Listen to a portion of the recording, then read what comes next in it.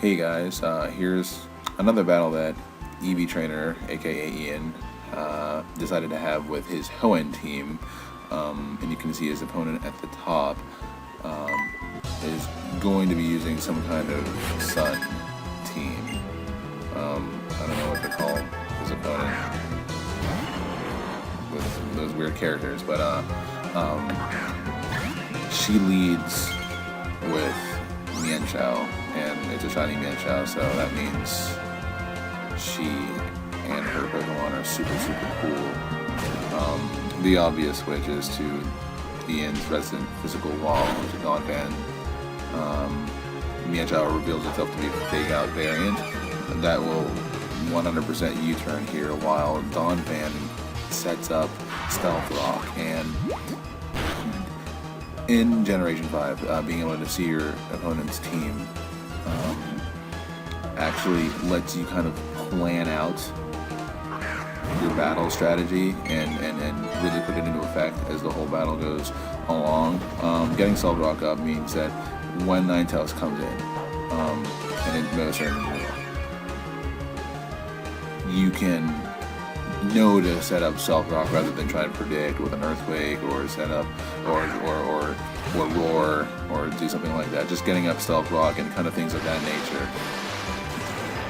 and it will allow you to kind of think ahead and really plan out things. So just kind of a general note to really take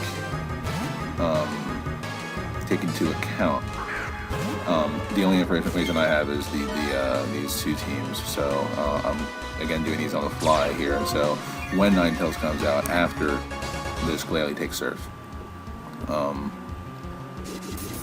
you know that you've been able to inflict some damage on it, and you can kind of plan the rest of your battle accordingly. So now, I'm not surprised here that Ian stayed in with Glalie, knows he's outsped, knows that Ninetales can want to KO with it, just any fire move.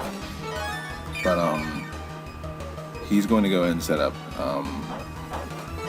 any hazards that he wants here with spikes, and Substitute actually allows Ian to, I guess, predict. Ease prediction. That's an easy way of putting it when you throw up the sub here. So, seeing that Ninetales wants to go ahead and stay in, Ian uses Glalie to his biggest and perhaps only advantage, and explodes. And even with the nerf in Generation 5, it does kill the 75% Ninetales easily, and that's actually a further benefit of Stealth Rock, just getting it up there and knowing to get it up there. I mean, Ninetales could have been a Sash variant, could have taken that and been able to cause some more trouble for Ian, but now with Ninetales and Glalie dead, Ian can act accordingly with Squello, and a further benefit of Stealth Rock obviously is being able to, now he already did chip away here with U-turn, but being able to get Fortress's sturdy out of the equation here with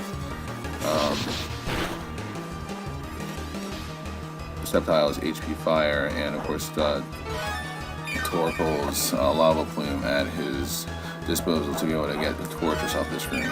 But here, this is an advantage that Ian can use pretty well here. The Fortress really is going to be able to break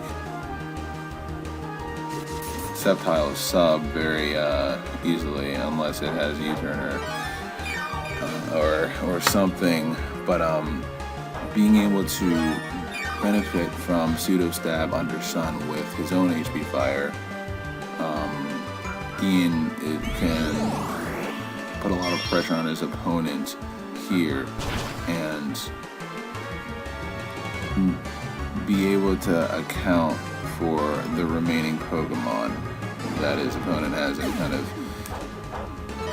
save what he needs to and sacrifice what he doesn't need accordingly. So Banjo here, it comes out to break Sceptile Stub because that is a huge problem for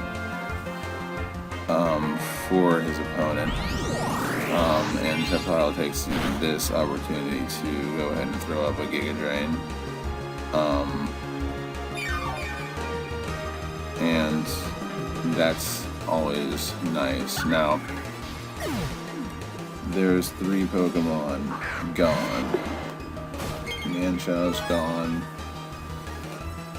Ninetales is gone, and Fortress is gone. Now, Venusaur obviously is going to be faster because of Chlorophyll. The idea here is to make sure that the correct Pokemon takes sleep. Ian knows that Torkoal will most likely be able to handle Venusaur, and so being able to have Sceptile who is good but isn't necessarily going to be able to get through Venusaur very quickly, being able to use the proper fodder and really set him up for a win. That's kind of the most important thing right now. And so returning to the action going on here, the thing that surprises me the most is that his opponent actually uses Surf Latios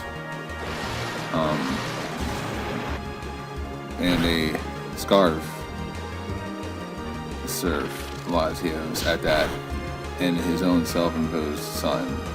That allows Ian to really kill Latios, who could have posed a problem for the rest of his team with his fastest Pokemon and Sceptile asleep and everything pretty much able to like die to a Scarf Dragon Pulse. So I don't know, I think that's a pretty big mistake on the part of Ian's opponent. It's good here for Swellow to be able to inflict as much damage on Gliscor as possible, because Gliscor is obviously with the advent of V2, W2 with Poison Heal is a really effective staller, and could even stall out some Donphan Ice Shards later on, but Ian is able to get it off the screen here. And now this is interesting because Venusaur is alive, but pretty much the only Venusaur has to be able to take out the rest of Ian's Pokemon. Now, Swellow's dead, Glalie dead, Pikachu is dead, and with its base 140 defense, of course, it's able to survive the earthquake here, and Ian has no problem with utilizing Yawn here instead of Lava Flame to give Donphan a good opportunity to take out Venusaur. Now, I'm not entirely sure why he didn't go ahead and use Lava Plume with Torkoal, especially given that he knows that Earthquake won't hit KO, and of course, Venus only sleeps for one turn here and is able to fire off a strong power whip, but Ian trusts his Dawn Fan, and it does actually end up surviving and using Earthquake to win him the battle. I think he could still have won if he used Lava Plume on Torkoal, but he still was able to get the job done. So I hope you guys like that. And this is Jumpman signing off.